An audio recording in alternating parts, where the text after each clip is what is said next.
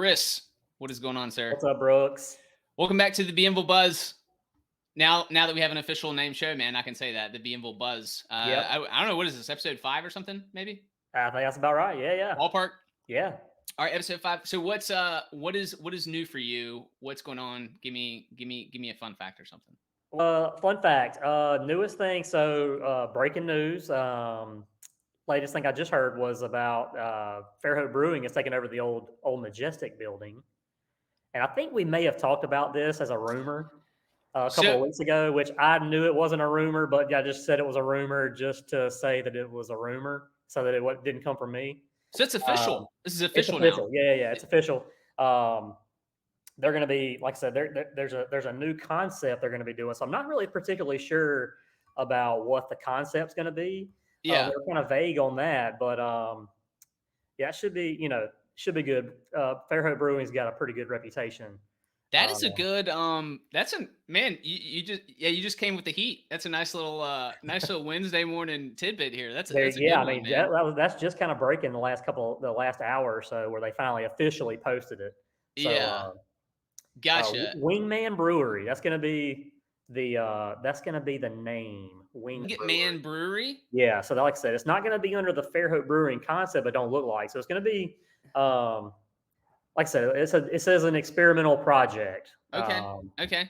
So I would look for that early 2024, maybe late this Okay. year. Yeah. No, that's awesome, man. And I was gonna pull this up just our event page because I know that. So here, man, there's multiple fundraisers tomorrow evening. So there's this one that's CASA, so court appointed special advocates. We're not going to this one, but this is one. If folks, if you want to like go to that, check it out. The Mobile Arts Council 11th annual throwdown is tomorrow evening. You and me are splitting up, man. I'm going to that event apparently, and then we also have the UCP, United Cerebral Palsies. They have their event also on Thursday evening, right? Yep. So I'll be and, there. It's at Fort Whiting. and you're going to that. Oh, that's awesome, man. So And real quick on this, this is the best silent auction I've ever seen for an event. really, okay. They've got Taylor Swift tickets. What? Yeah, No yeah, they got way. Taylor Swift tickets.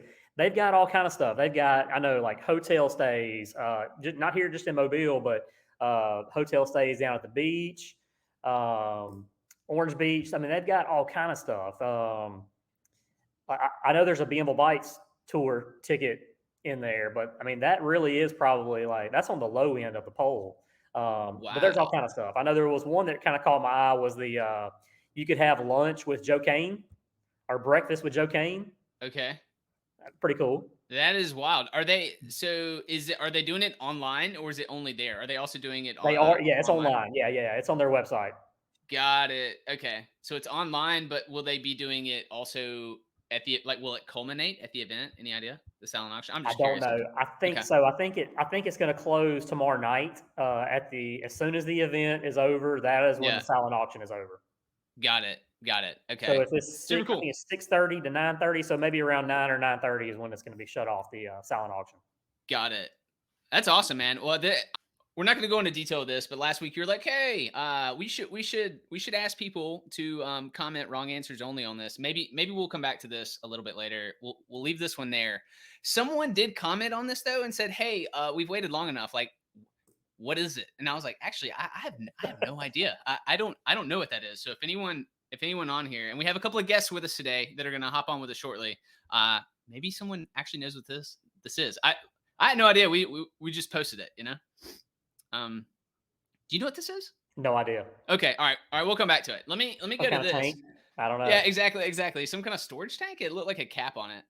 So, all right, Alabama urbanists. So you and I, Chris, we've become activators, which is a new word that we just made up, which is basically an Mobile's activist plus innovators. We just have ideas that we want to explore, and so it's causing us to dig in and learn about different organizations and what's going on. So I got connected after last week, after you and me recorded. I got connected with this organization, Alabama Urbanists, and so we're now about to have two new friends. Like I've hopped on a phone call with Wanda Cochran, and we had a really cool phone call, and now she's gonna connect with us right here. And then Daniel, who's the leader of this group, they're on with us, man. So we're gonna bring them on and have a chat. So Let's hold on, go. these guys are hanging out in the green room. Let me bring them on. I wonder if we can add all of us. Oh my gosh, we can like this with the website. Hey y'all, good morning. How y'all doing? Hey, Good good morning. morning. Y'all are so cool. This is the first time on. So this show with Chris and I was originally called the Chris and Brooks Show for 3 weeks until we got the we took a poll, we renamed it the Bienville Buzzz. But this is the first time we've had 4 people on. So this is, we'll see how this goes. This is going to be great. All right, Daniel, how about you tell us what is Alabama Urbanist and why are you passionate about this? Like, just give me whatever you want there. So Alabama Urbanists is a grassroots organization trying to create basically just better places for people to live, work, play, etc. The sort of things that make you really connect and enjoy living in your community. A lot of this comes from. Oh, go ahead. No. Yeah, I was gonna say, like, what does that mean? What does that mean for you? Like, just like on a personal level, like live, work, and play. Like what types of things would that be? For me, it means having easy, convenient access to the basic amenities of life, like grocery stores and restaurants, theaters. Not worrying when I cross the street with my wife or my dogs that we're going to get run over by, well, anything really. Yeah. Being able to enjoy being in our neighborhood and just create a sense of community where it's just an enjoyable experience beyond the day-to-day activities. So totally. And so you're in the Birmingham area, right? Yes, I'm downtown Birmingham. Okay. Do you want people in Mobile to join? I want people across the state. All across the state. Okay, cool. Our Discord server, it started as it's far easier these days to organize people online than in person sometimes, but we started off with a bunch of people in Birmingham and Tuscaloosa primarily. We've reached out and talked to a bunch of people in Huntsville, in Mobile, like Wanda, who's been wonderful talking with us. We have a few people in places like Dothan and Muscle Shoals. I would like to inspire people across the state and let them bring the message and the ideas to their own communities. Totally. Okay. Where are some places that this is working out well, Daniel? So most of the places that these are working out well, you see it a lot in you see a lot of examples in European cities, which is not the greatest example for a lot of people because that they're old cities that people don't think we can replicate here in the U.S., but we definitely can with the right policies. You'll see it in the downtowns of I believe Raleigh is doing some stuff. The new trails in Atlanta. I mean, Atlanta's still not the greatest example, but some of the new stuff that they're putting in along that ring trail. You see it popping up in various places in California. I believe it's Emeryville is one of the big places. They've got a very urbanist mayor who's been working to get a lot of good things done for active transportation and just activating the city to be more people focused. And so you connected with Wanda in Mobile. Wanda, I think you've probably forgotten more about law than I know anything about because you're so just tell everyone that's watching.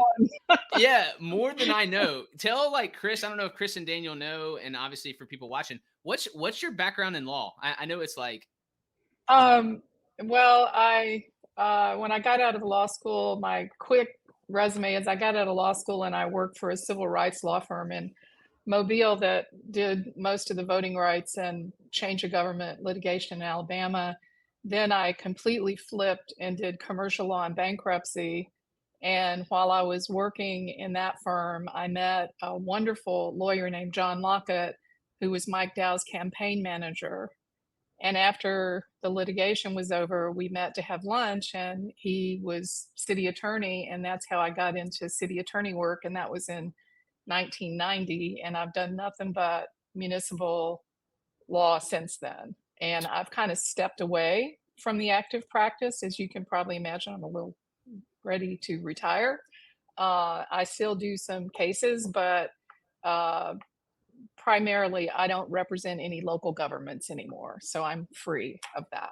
Now you're able to put all your energies into this urbanism movement and us do cool things, right? I don't even know what that is yet, but right? Well, I wanted to comment on that because before I say anything, a lot of times urbanism is presented as some sort of top-down, one-size-fits-all. You must live a certain way. You must do certain things. Mhm. And, you know, that is not the movement at all. The movement is bottom-up, and it's about how do we create wonderful places for people to live. And when I had children, I lived differently than I live now. When I am aging, and as I get older, I will transition into a different way to live. And so for me, urbanism is a process, not a product. So the important thing, cities are very complex. It's like an ecosystem, our habitat. It's like biology. There are so many variables. There's no way to control it. All you can do is, you know, ask the question, what will make our lives better? And not just my life or Daniel's life or your life. What about all the people that live in our city? Because that is the whole point of community, right? Is to make life better and safer and cleaner and fun.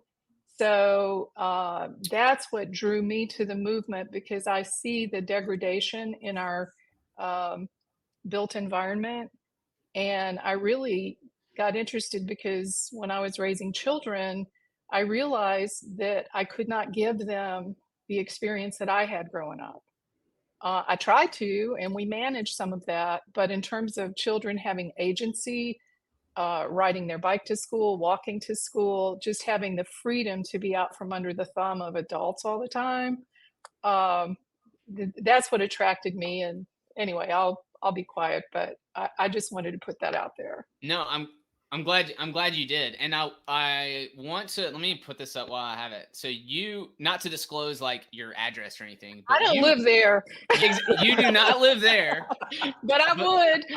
But you live very close, like within a block or two or something. Yeah, where this fire recently was in downtown Mobile, right? That's right. That's right. Yeah, just so people know that. So Wanda is like lives in the heart of downtown. Chris, just so you know, so Chris's business, the Bienville Bites food tour, he's probably walked by you 1,000 times or hundreds of times with groups of people that are on a food tour. And so I've probably walked right by where you work, live, and play as well. So that's really neat. No, thanks for putting that out there, Wanda. And just to build on Wanda's point, a lot of urbanism is about opening up our places to more choices. The choices of how you move about. So you don't automatically have to live in a way that you have to own a car or you have to be right next to your place of work. Right. Choices I am so lucky. Housing. I am so lucky. I live, and there are days, many days that I don't even get in a car. So Daniel, I don't know if you've been to Dauphin Street or to downtown Mobile, but in the last 20 years, there has been a lot of good things happening downtown. And one is we now have a grocery store. So I can bike or walk to the grocery store safely.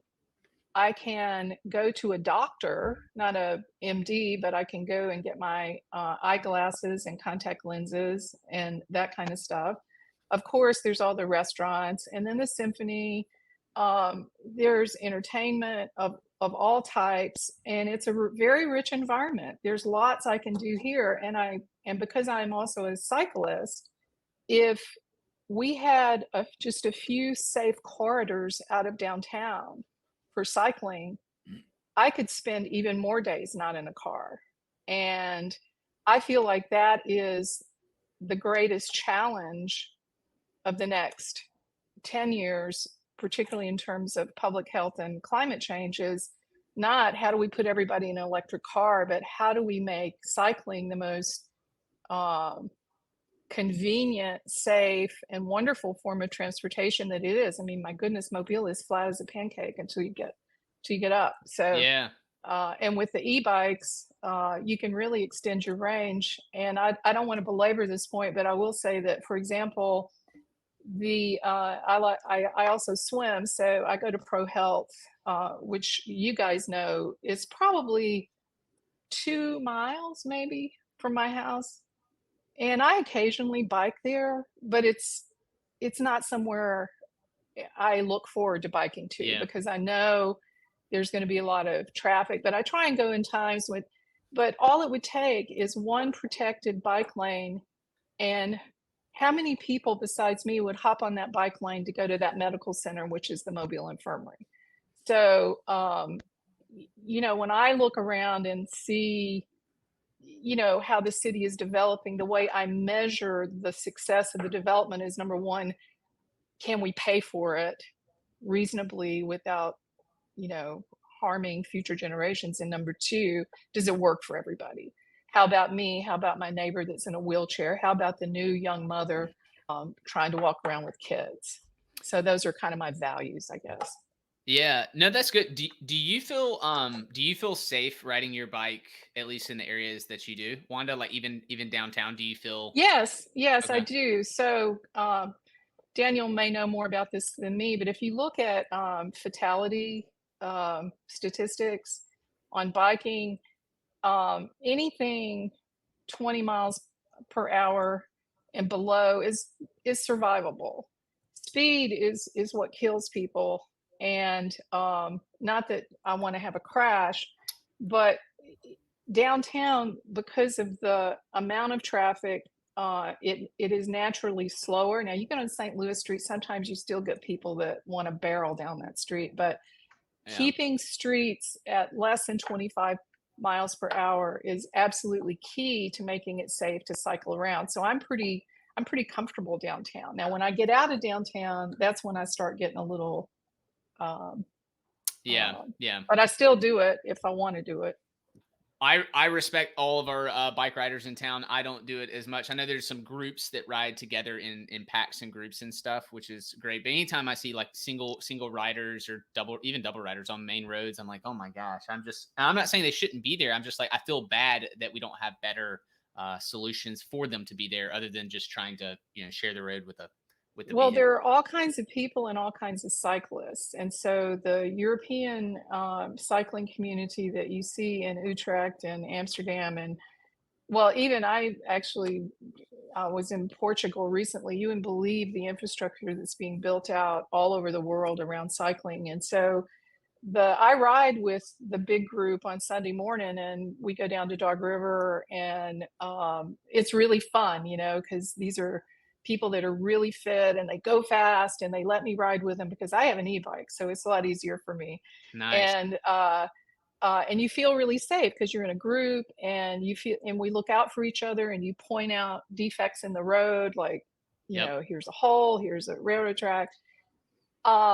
But that isn't the way most people want to cycle. Most people don't understand that it is such a pleasure, particularly down here where it's so hot, to just get on your bike and go a couple of blocks and pick up a loaf of bread, go see the eye doctor. I mean, that means that your everyday life is pleasurable, and you're bound to run into somebody when you're out on the street. So then you have a social interaction, which people tend to get more isolated as they get older.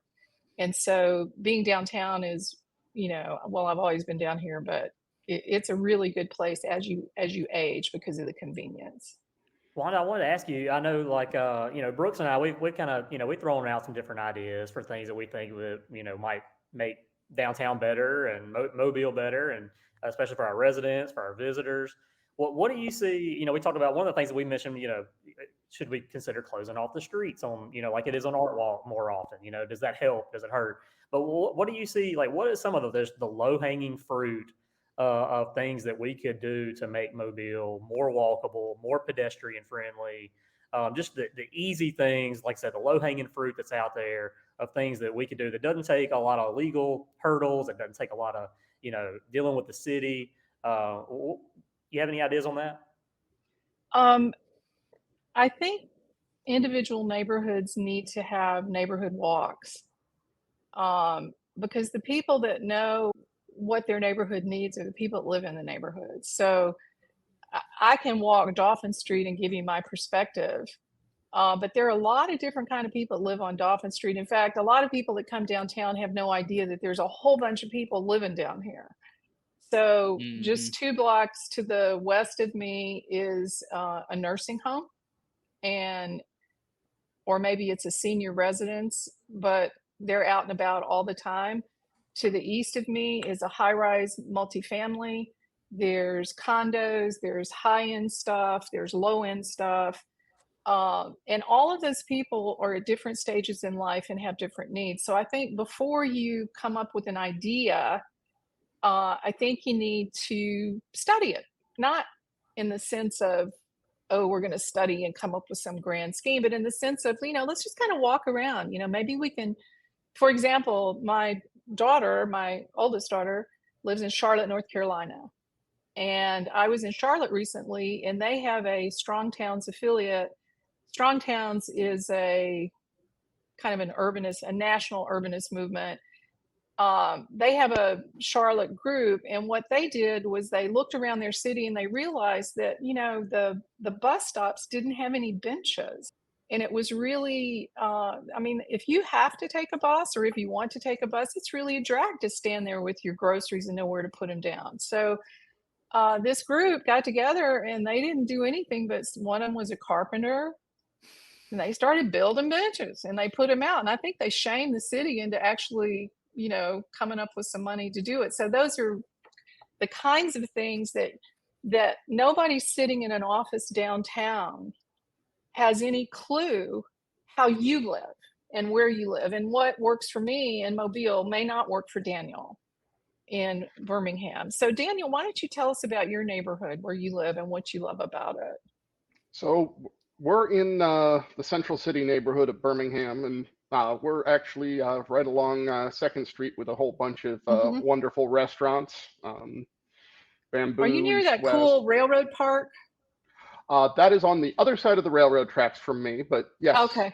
I can walk over there, take the dogs, let them play around. But no, we're for me being able to. So we basically picked this location because we could easily walk to, say, Pepper Place, which is one of our local districts that has a whole bunch of wonderful restaurants and entertainment venues and a farmer's market. Excuse me. All the way up to Protective Stadium, the new Protective Stadium, with its where we can go visit and watch Birmingham Legion games, the USFL, UAB when they're playing, and whenever my wife's poor Auburn Tigers end up in the Birmingham Ball. But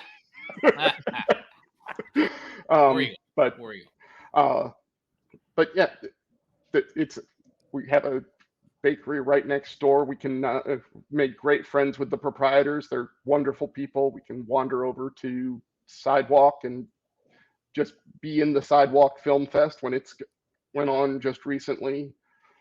All of these, and then we get to know the people. We run into them everywhere. We know people by face, by name. We end up doing things with them. Have a whole bunch since we live in a condo complex, we just have more interaction with people than we would out in the suburbs. Daniel, are all the items you mentioned, are all those 100%? Okay, so you were talking about walking to all of those things. Yeah, no, 100%. I may be a little more crazy than the average person, I'm willing Wonderful. to engage in a little more with the risks of streets that are way faster than they should be, have way bigger vehicles than they should have. But it is entirely possible for me to visit most of downtown Birmingham in 20 minutes. Nice. Yeah, that's really cool. I want to, Wanda, you're talking about the benches that people just kind of built, the strong towns.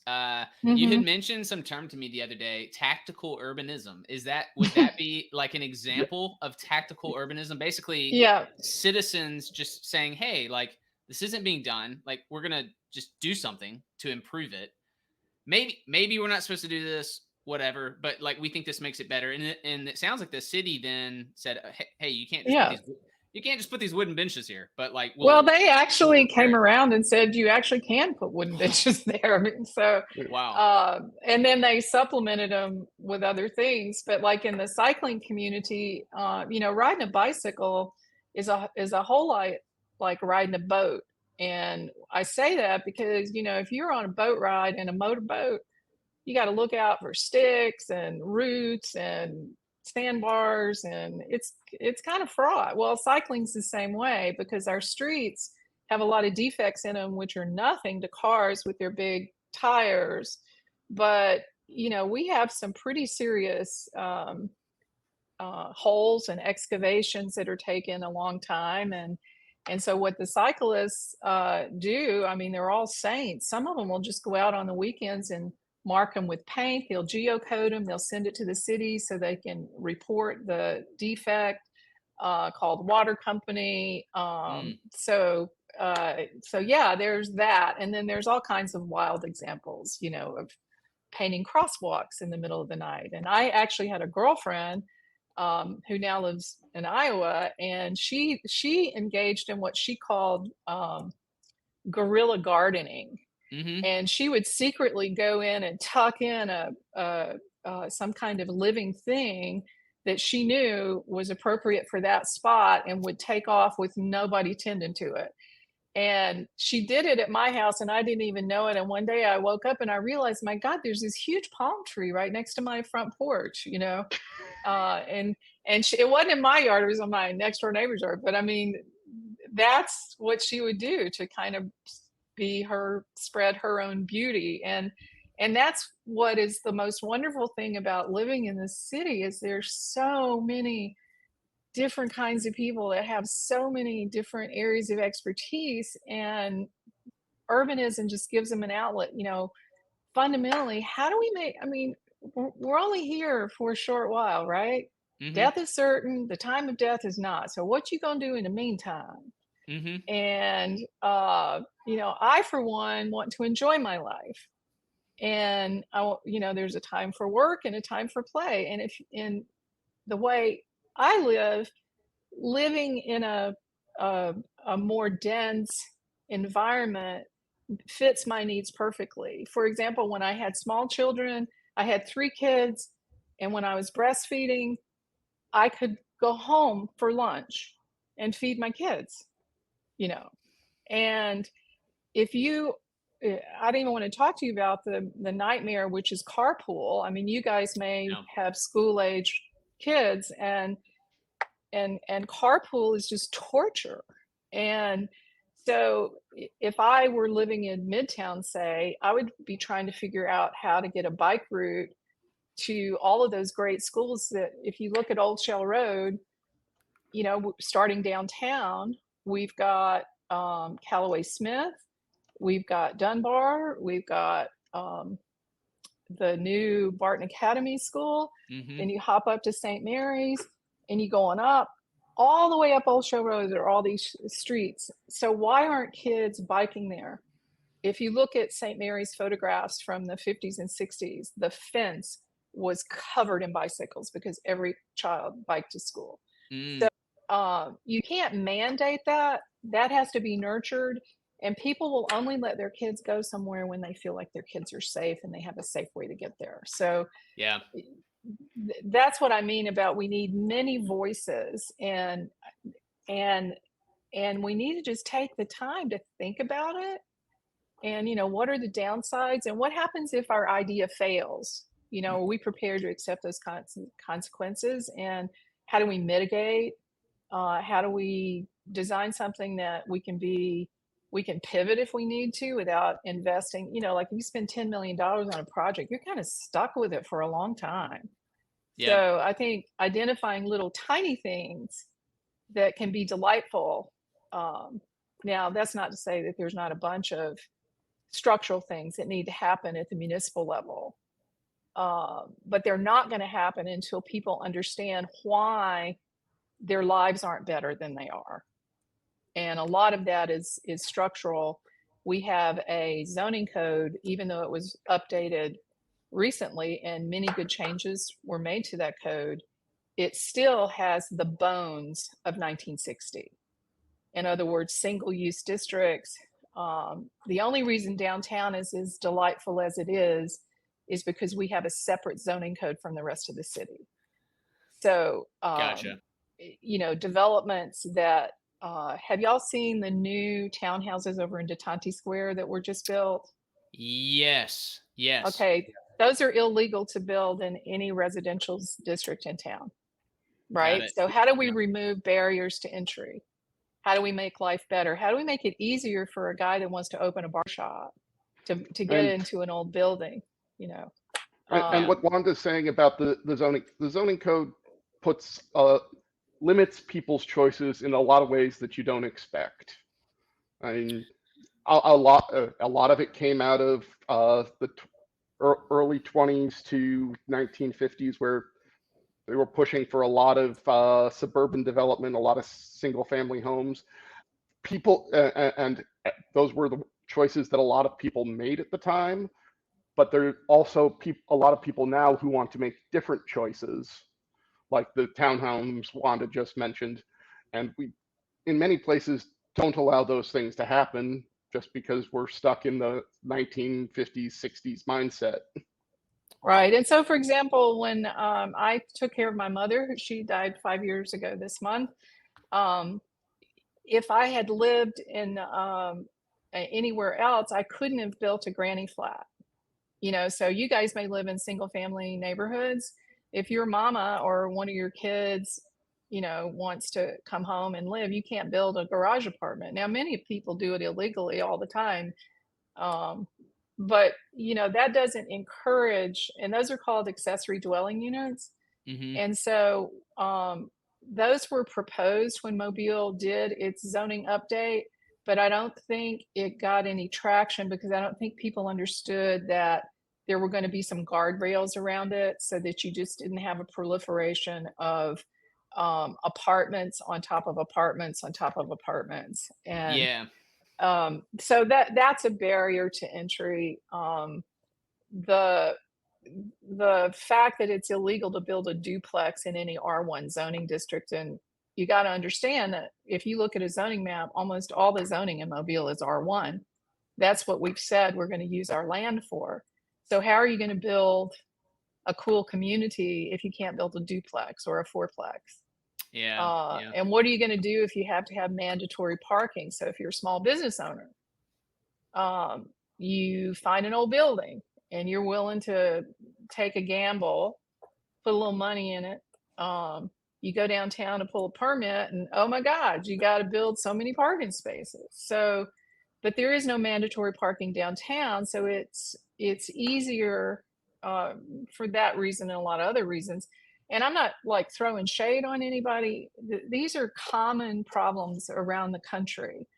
And we can learn different techniques that other cities are doing, and we can try little things, you know, how do we enable, you know, difference. So when I was growing up, it was quite common for an individual, maybe you had a grandpa or maybe you had a dad, and they had a little piece of land, they built a duplex on it, they lived in one side and rented out the other side.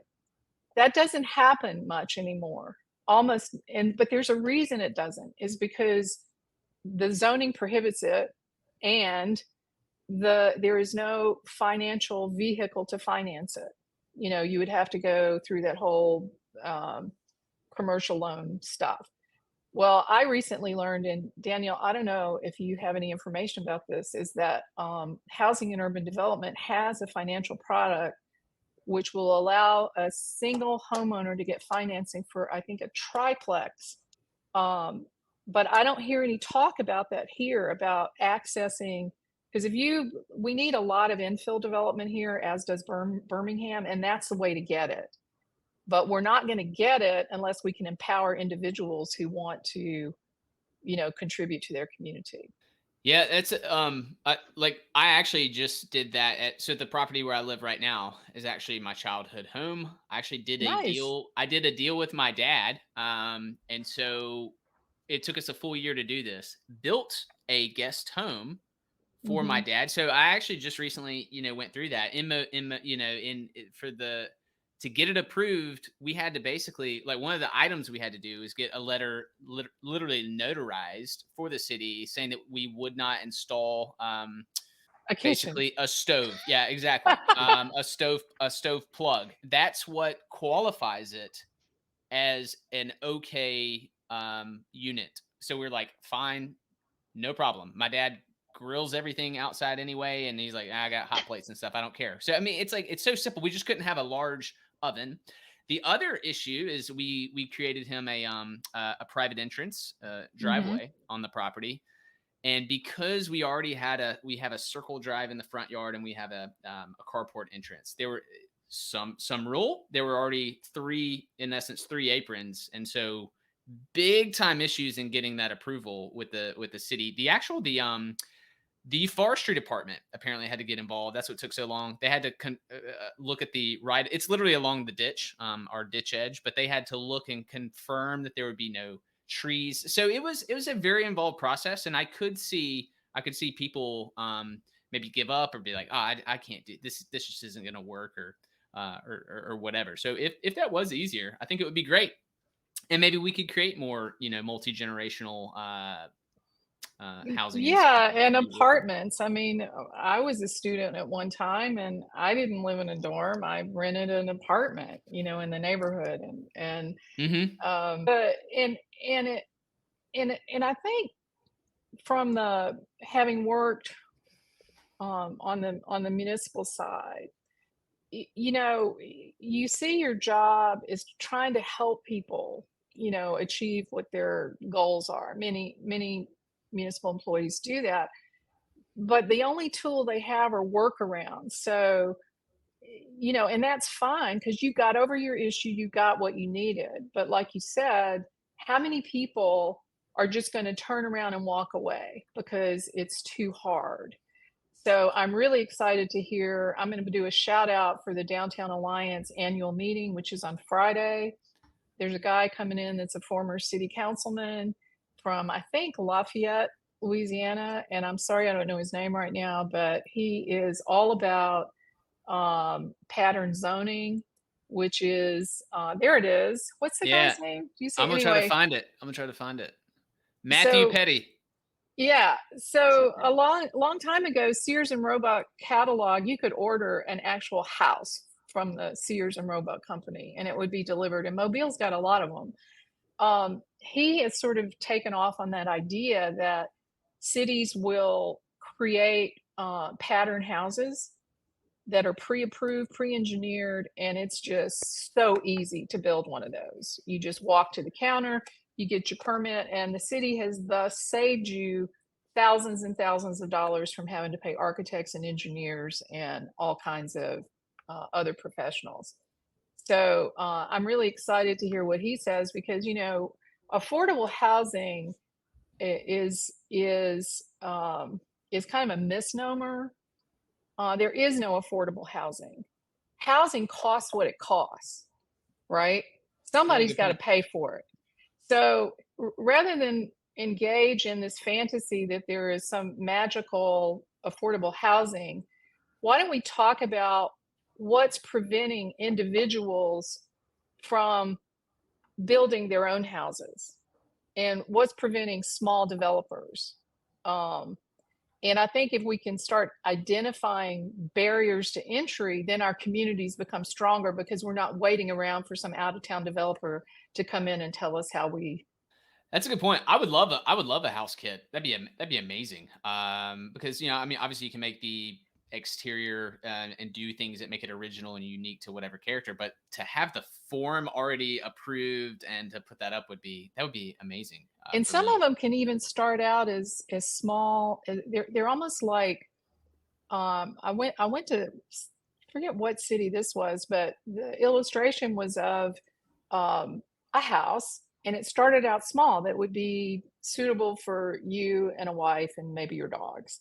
Mm-hmm. But then it was configured in such a way that you could add on when you had a baby. You could add on, and then guess what? When mom and daddy need their own space and need care, you can add that on. And then when they're gone, you can turn it into an apartment, or you can turn it back into in other words, having homes that are flexible and meet the needs of several generations, which is exactly what historic homes have traditionally done. And that's why people love them so much.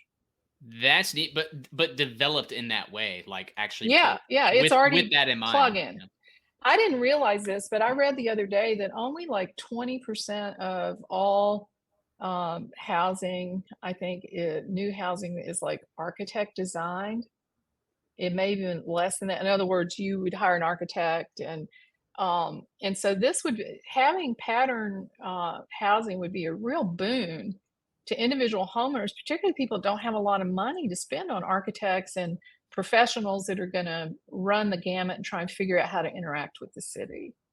Great point. And to add on to that, there's also a lot of opportunity for people who already own their homes to redevelop their land into those duplexes or quadplexes, to build that infill development close and basically create themselves a nest egg to live out their later years, instead of having to worry about selling their house and moving away as their retirement savings dwindles.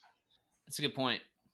Chris, do you have something? Because I'm about to switch the gear. If you switching the gear, okay, I'll kind of switch it a little bit. I did have a question, and it's kind of maybe for Wanda and for Daniel as well. But Brooks put up the building earlier that just recently burned in downtown Mobile. An old historic building. It was an empty building. It was vacant. Been vacant for decades. And I guess my question would be for Wanda. Is there anything that the city can do to kind of force the hand of some of the landowners who are just sitting on these? And then Daniel, I guess, are there any examples of that in Birmingham and in that Second Street district that you mentioned, where I'm sure there had to be, and probably still are, many vacant buildings like this? Are there any good examples that the city and developers have worked around that? The reason buildings are abandoned, and particularly in areas like Mobile, is the property taxes are so low that what the developers would call holding costs are low. Some cities have adopted ordinances adding a special tax to vacant buildings. I don't know that I would advocate for that. I'm just saying it's a problem nationwide, and in Alabama it's really a problem because our property taxes are so low. If your tax system is like a three-legged stool, you've got property tax, sales and use tax, and business taxes. In Alabama and Mobile, and I think Birmingham is close to the same numbers. There's a report by PARCA, which is this think tank in Alabama that looks at financial things, and they will tell you that 80% or more of budgets are generated by sales tax. That's why cities love to chase Walmart developments. So I think tax reform would go a long way to helping us alleviate some of the burdens on the sales tax. And because I live downtown, I live in what's called a business improvement district, and the owners downtown pay a special assessment. It's not huge annually, and that money goes into keeping our streets a lot cleaner than they would be if it was just the city, prettier, and then there's some development stuff that they do.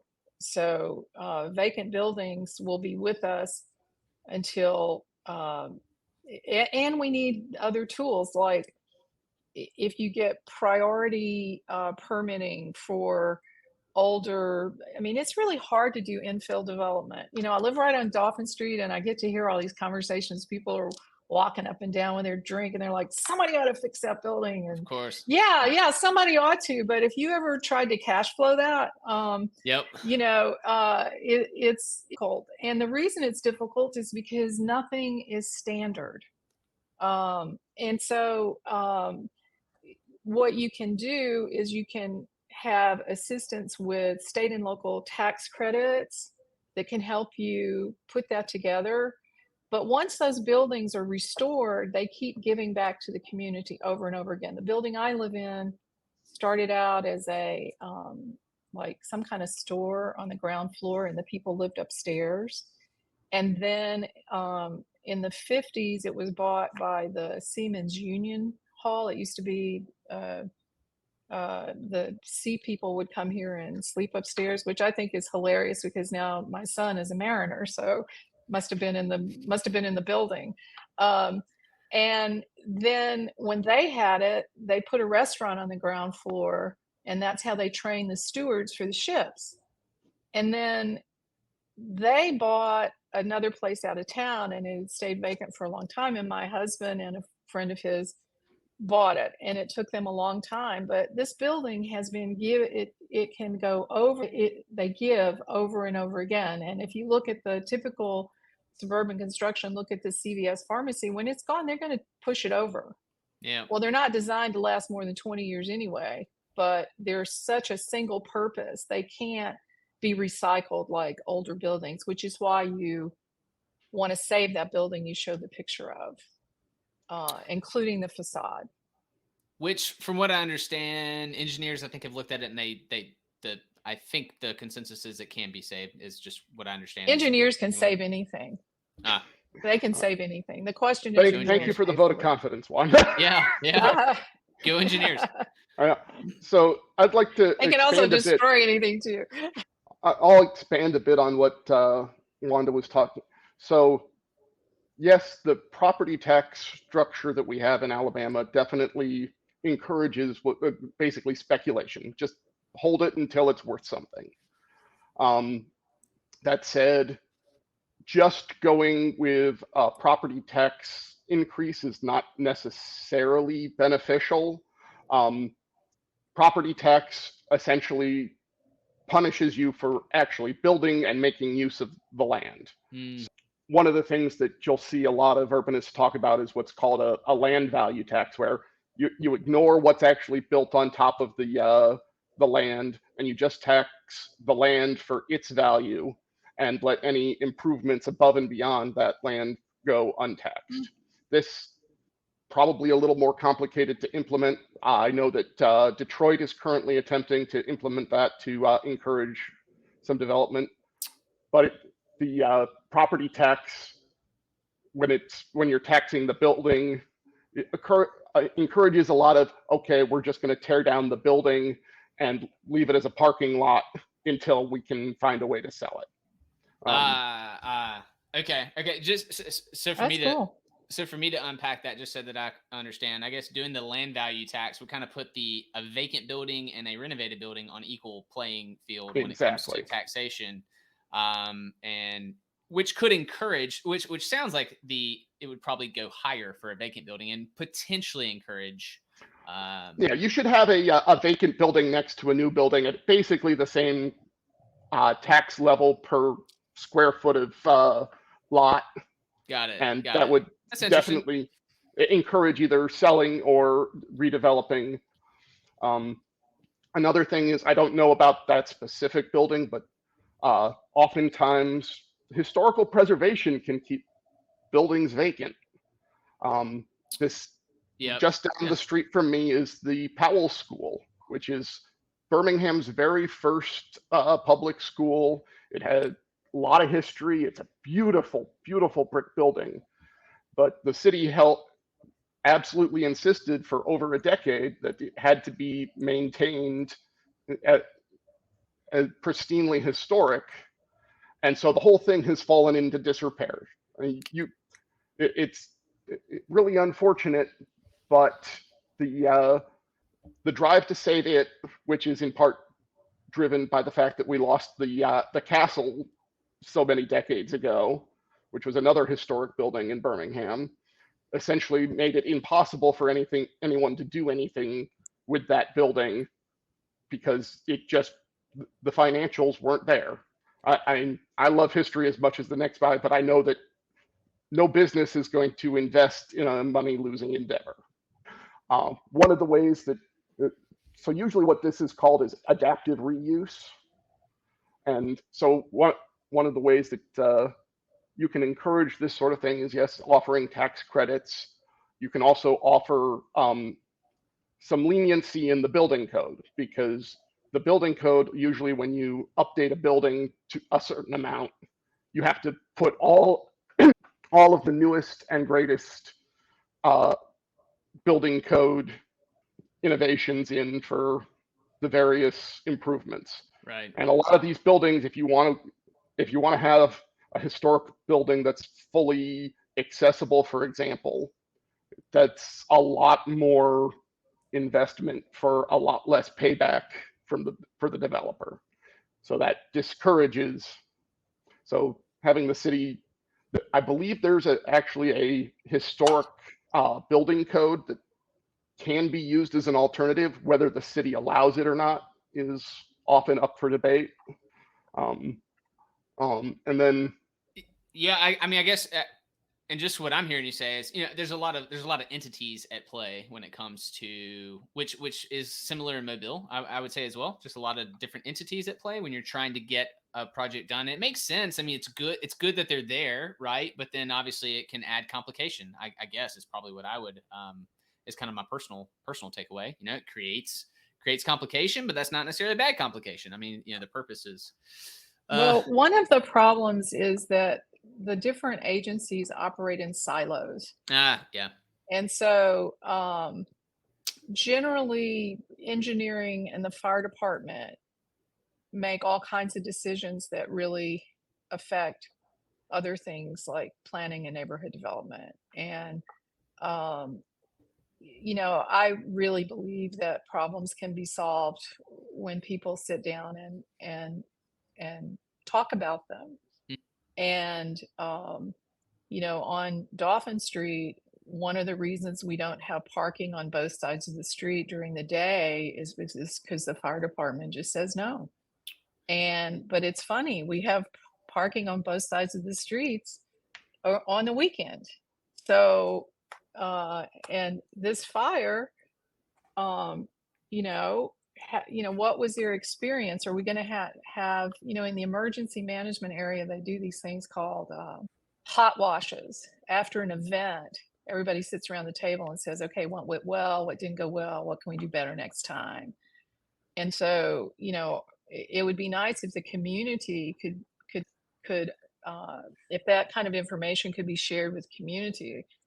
I mean, oftentimes I think there's fear of saying, it didn't work, because I think a lot of times people that work in government are not allowed to make mistakes. And, there's this whole culture of, you better not try that. You better tick the box and be safe. Don't take any chances. So, so hopefully, but there's ways around. I think there's ways to accommodate the needs of the fire department and the needs of the community. Nobody wants to burn up in a building. Yeah. Right. But this building wasn't occupied by anybody. It also burned during the hours where you can park on both sides of the street, which is kind of interesting there. They do build. I mean, it's complicated, but yeah, but it can be figured out. It's just a problem, that's all, or an opportunity, as they say. Well, let me if you don't mind, we'll kind of. I'm gonna kind of bring it back just to an idea that Chris and I had just exploring the idea about a walkable area. And we'll kind of end with that conversation piece if that's okay. like, so during Art Walk for Mobile, the streets kind of close off mostly to cars, and people are able to just kind of, play in the streets and walk from one side to the other. And it's a neat experience. And I've visited other cities, like I've reached out to Boulder, Colorado. In fact, I just got an email back from them yesterday. And Boulder has a spot called Pearl Mall. It's really cool. I mean, a lot of cities, I think, have these areas. I just think they're neat. And I was just curious if y'all have any feedback, not necessarily like do it, don't do it, but like, do y'all have any knowledge of this, or like any pros and cons, or anything that you just kind of heard about these types of areas, or thoughts or feedback? So I'm going to start with the cons, because let's be honest, I'm entirely in favor of more walkable areas. So I gotta right, coming through that perspective. Yeah. Over the last few decades, people have tried pedestrian areas in a lot of cities, and unfortunately, a lot of them have failed. A lot of them have been converted back to regular vehicular streets. So it's not that it's bad. Just know that you have to put effort in to make them work. Yeah. Do you know, are those, I feel like I heard about that there were some examples from the 70s and 80s. Is that kind of the range that you're talking about? Generally speaking, some of them have been converted back as early as or as recently as the early 2000s. But yeah, generally speaking, we're talking about when they were trying to make basically outdoor malls competing with suburban shopping malls. Yeah. The idea of just blocking off the street and having a retail space didn't always work out.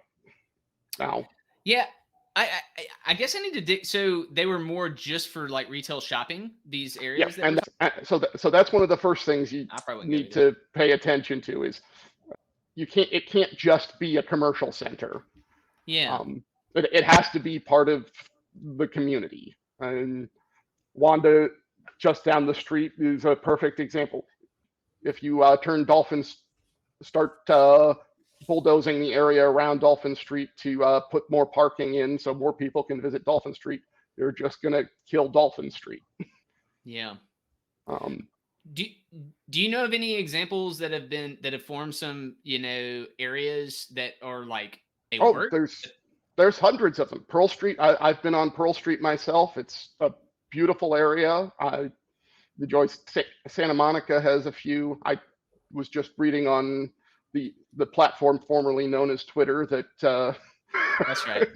that Cleveland of all places now has 3. Really? Yep. These don't need to be complicated even. They don't even need necessarily to have businesses along them to be good. People like having spaces where they feel safe, they can let their children play.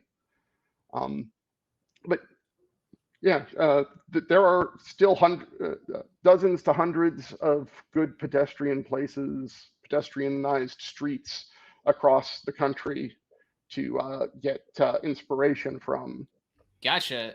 Daniel, and then there's dozens more that should be pedestrianized that haven't been yet.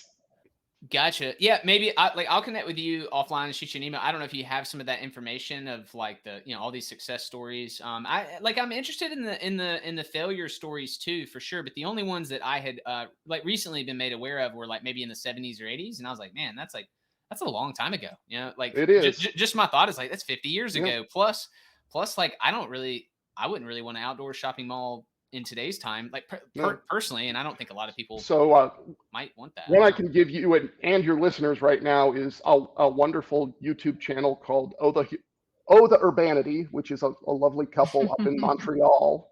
Cool. Just did a nice little video on what works in pedestrianized areas. Montreal has several streets they shut down during the summer and pedestrianize, and they work extremely well. Do they shut them off permanently, or do they like part-time shut them off during maybe certain hours or something? So they shut them off permanently during the summer. Okay. Keep in mind, we're talking about Montreal here. We're talking about a lot more solid precipitation than we get down here. Yeah, good point. Yeah. So now that said, there's still entirely the possibility that they could extend that into full year-round pedestrian. It just takes a little more effort for them because of the snow clearing aspect. Yeah, that's a great Some point. of the big things that they talk about are like making sure that there's seating, making sure that there's shaded areas where people can get out of the sun, because it's still a street. It's still baking hot asphalt or brick or concrete. And then also just greenery and other activations, so that it doesn't feel like you're just standing out in the middle of the road. Yeah, no, that's a great point. Shade's a great point. I'm kind of curious. Like something, I don't know if either of you have data on this, but something I want to explore is chat with business owners like in our area and just ask like, or if there's data on the effects of commerce with pedestrian areas. Like I guess my gut or just my logic says like potentially it would get better, because potentially more people and they're more relaxed, and but I don't. That's just my logic and my gut. I haven't researched any data yet for this. So So- I just like to throw out that this this dichotomy that's being talked about, pedestrian or not pedestrian, that's a real that's a product of our 80s thinking. That's a product, residences belong in this box, businesses belong in this box. Yeah. I think the best streets for downtown are shared streets. And my daughter actually went to school in Montreal. She was up there for 8 years. So I've spent a lot of time in Montreal. And I can tell you over those 8 years that nobody just came in and landed a pedestrian street. That was an incremental, and they've now got a mayor, and she just released Montreal has a big mountain in the middle of it, and there's been a lot of car traffic over that mountain, and she's actually closed that to vehiculars, and she's taken a lot of heat for it. But you've got to understand, they have a robust transit system. You don't have to necessarily drive if you live downtown. Mm-hmm. And so I think Jeff Speck, who is the king of walkability, he actually has done a study in Mobile, and you can get it online at the Downtown Alliance website, and he can talk to you about, he called it a street optimization report. But what he says is that to be a walkable street, you've got to have three things at least. One is you got to have somewhere to go, right? That's why people aren't walking on sidewalks out in the middle of nowhere unless they have to. The way you get there needs to be pleasant, and that can be either a separated sidewalk or a complete pedestrian area that y'all been talking about. And it's got to be safe. And so for downtown Mobile, right now, we may eventually head toward more pedestrian, but we already have lots of big festivals here. Mardi Gras. We have Art Walk, which is terrific. But this is a community where people live, and Dolphin Street works pretty darn well right now. And I would hate for it to turn into just this monoculture of and all of that. Mm-hmm. The street belongs to the city. The street is our greatest public asset. It is also our greatest public expense, and if they're maintained. And so I don't think there's should we be pedestrian or not pedestrian? I think the question is Dolphin Street dangerous? Is it working for the people that live there? Do we have opportunities for people to come and enjoy it? And I think those are the questions. I don't think you just have an idea and say, oh, okay, we're going to make it pedestrian. I kind of I go back and forth on this when there's cars driving up and down Dolphin at 2 a.m. with their music cranked up, and and motorcycles, vroom vroom. If you talked to me then, I would say absolutely. Put up the barricades. The problem with this street is not, so we might start by removing the parking. Now that Saint Denis, which is the big walking street in Montreal, they call their outdoor dining, they call them terraces. So in the spring, it's spring in Montreal because of the terraces. And so they put out plywood decking, and all the parking spaces go away, and all of the cafes come out. And not every single parking space is a cafe, but there's lots and lots of restaurants on Saint Denis. So, we might start eliminating some parking spaces, or, I don't personally think Dolphin's working pretty well right now, but, if somebody wants to talk about it, no harm in that. Yeah. Yeah. And I guess on a personal level, I wouldn't say that, Dolphin Street is not working well. Yeah, I don't know if I would make that argument. I think for me personally, I just think it's amazing when like an event like Art Walk. I just know that when it happens, something for me is really cool. What happens, and I'm just like, cool. Is there a way to get more of that? And why do we want more of that? Why are we wanting more? It's good. Is more going to make it better, or is that going to bring with it a bunch of other problems that we don't know how to deal with?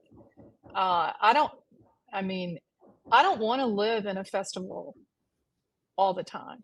Yeah. That's a good point. Yeah. And people that work down here don't want to be in a festival all the time. So there's nothing wrong with that. But again, it's a balance of this ecosystem. If you let one of the elements start proliferating, then you're going to squash out the others, because people like me, if it turns into that, I'm out of here. Good point. Yeah, and that's from you as a resident.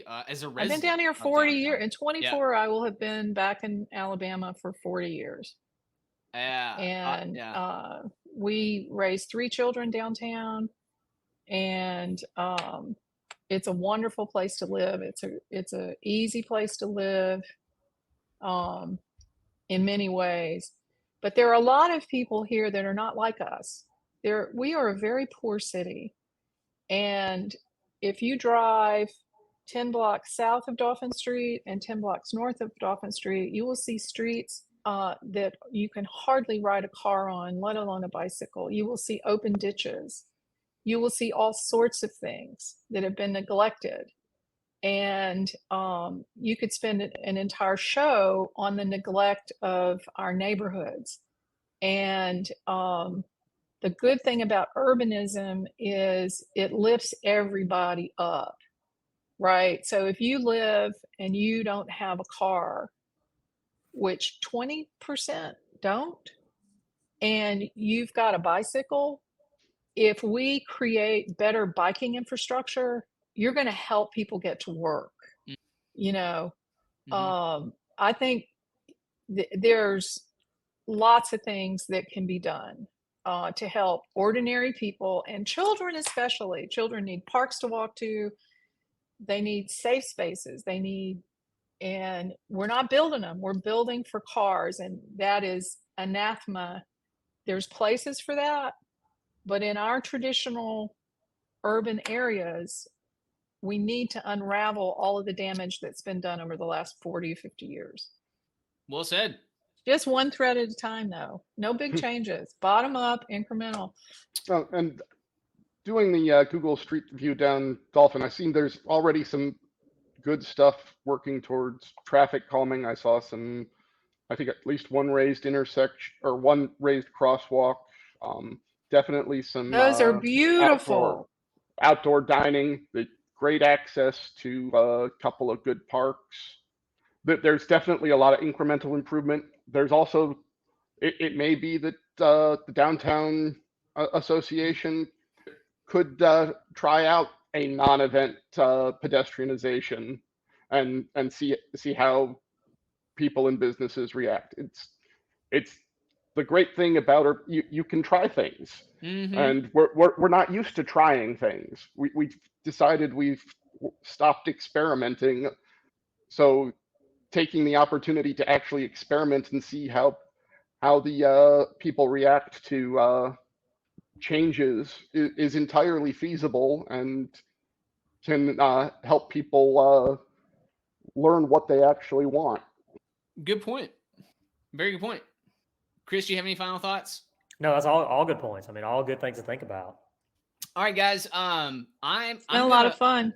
Yeah. Yeah. This is like normally we chat for about 30 minutes, but I wanted to. I didn't want to. I wanted you guys just be able to say whatever was on your mind, your thoughts, and so like if you have final thoughts, if there's something, is there something we didn't cover or didn't chat about that you wanna wrap up with? If not, that's okay. If there is, I just want to say for downtown, we need to stop tearing down buildings. We need to stop tearing down buildings. Every week on the city council agenda, there's at least 10 buildings that they're tearing down. And you can't, let's just put it this way, there are other ways to do things. And we need to find those ways. There's some structures, and I know that some people think ugly is bad, but there's a lot more going on here than ugly. And we're still losing an awful lot of buildings because the neighborhoods that are not formally in historic districts and protected, you can go in and knock down anything. And this is taxpayer money being spent to tear down buildings. And I'm pretty strong about that. And so the alternative is what? You fund organizations who will come in and fix up those buildings and put them back into productive use. And I think that is a very good deal for the city because you will recoup that investment over and over again. So anyway, that's my don't tear down stuff. No, that's good. I'm glad you. No, I'm. Yeah, we're able to share that. Daniel, you. I would just tell people to get involved municipally. You can have a lot more impact and you can do a lot of good things working inside your city, inside your neighborhood, knowing your neighbor, the business owners, knowing the community organizations, than you can railing about it online. Yeah. Getting out, walking the town, always good for starting to really learn and get your mind around what your city and neighborhood needs. Got it.